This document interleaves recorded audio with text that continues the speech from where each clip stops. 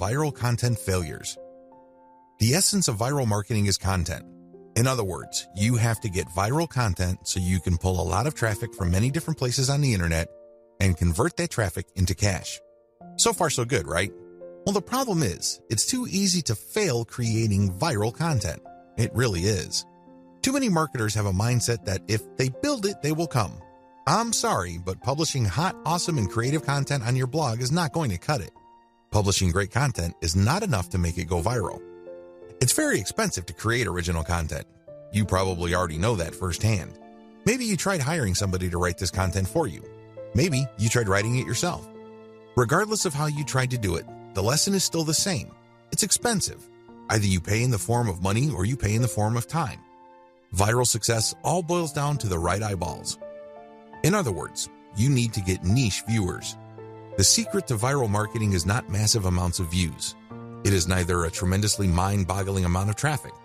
Believe it or not, raw views or raw visibility is not going to translate to much money. Seriously, millions of views won't produce real cash, unless those views are from the right eyeballs. Unless you're just trying to make money off of YouTube videos and you get paid per 1,000 views, traffic in and of itself is not going to put food on the table. Viral content pieces are not commodities. I know I've told you that one key aspect of effective viral marketing is to find stuff that has gained traction on Facebook and reshare it on Twitter, as well as YouTube. But there is a limit to this. Please understand that just because it's hot on Twitter, it doesn't necessarily mean it will gain the same traction on Pinterest, Instagram, or Facebook. After all, if you're sharing video, it's hard to do that on Pinterest. Pinterest is geared only for pictures. While you can get quite a bit of traffic, please understand that it's not as simple as just shifting content from one platform to another. The bottom line, viral popularity doesn't matter. I know you're probably shocked. You're probably thinking, are you crazy? Do you mean to tell me that if my content gets a lot of likes, favorites, and comments, my stuff is still no good? Yes, that's precisely what I'm trying to say. Those metrics don't matter. Do you know what matters? Shares or retweets. Those are the only user actions that matter because they play a direct role in determining how much and how often your content gets redistributed far and wide. It really doesn't matter whether you have a piece of content that gets a lot of commentary and has a lot of favorites and likes. That's not going to help you. You need the right eyeballs. Considering the fact that people who follow other people or who have friends tend to have the same shared interests, then it makes a lot of sense to get your stuff shared as much as possible. When people share your stuff on Facebook, chances are they will share it with people who share the same interest in your niche. That's what you should be shooting for. I've revealed a lot of secrets in this video.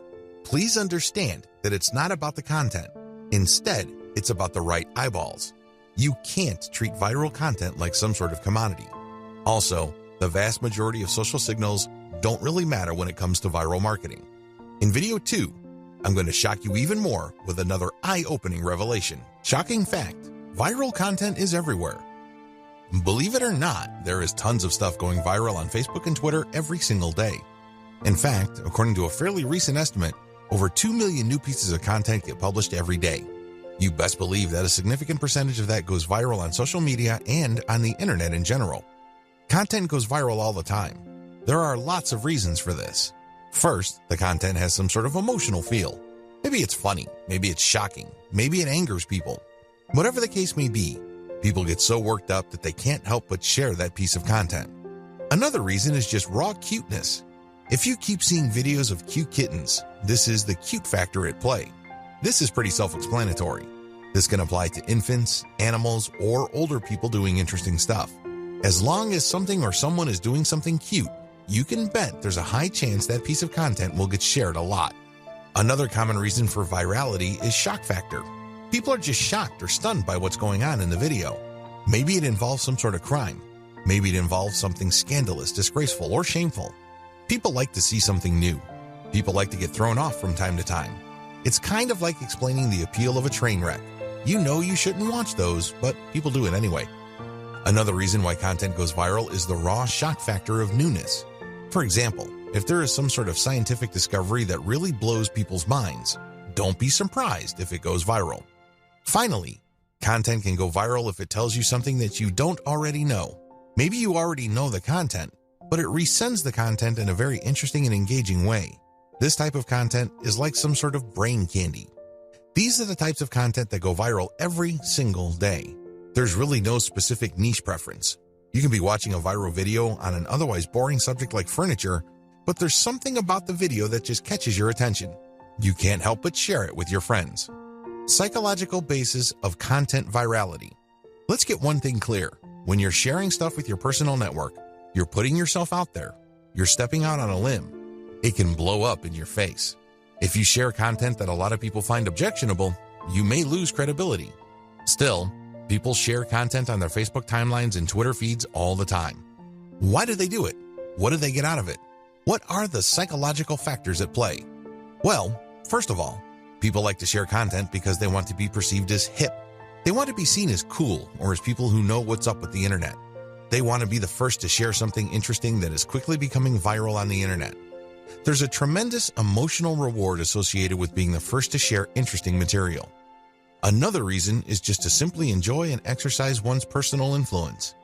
I don't know about you, but it makes me feel really good when I share something that I'm interested in or am passionate about, and my friends share and reshare that stuff. Basically, they validate me when I see that. They tell me in so many ways that my opinion is important. Every share that my content gets is a vote for my personal authority, expertise, and credibility. Finally, people share content because they simply think it is valuable or interesting. In other words, it captures their range of personal interests. Here is the secret. If these people's networks are refined enough to the point that they basically share the same set of interests, you can bet that that content will go viral. Basically, if you like rabbits, and I like rabbits, and I post videos of cute rabbits, chances are you will click the share button once you see my status update on your timeline. Chances are you also have friends who are interested in the same things. You probably have friends who are interested in rabbits, and they will share your content, and so on and so forth. Never underestimate how viral shared interests could be, because this is how Facebook is organized.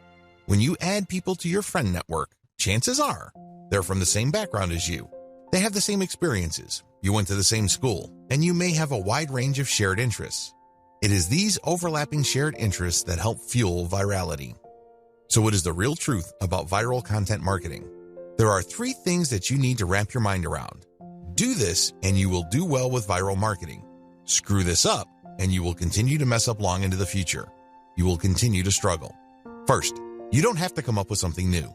Second, you can reuse somebody else's stuff. Third, you can reverse engineer your competitors' viral materials and networks. Put this all together, and you have all that you need for a successful viral content marketing campaign.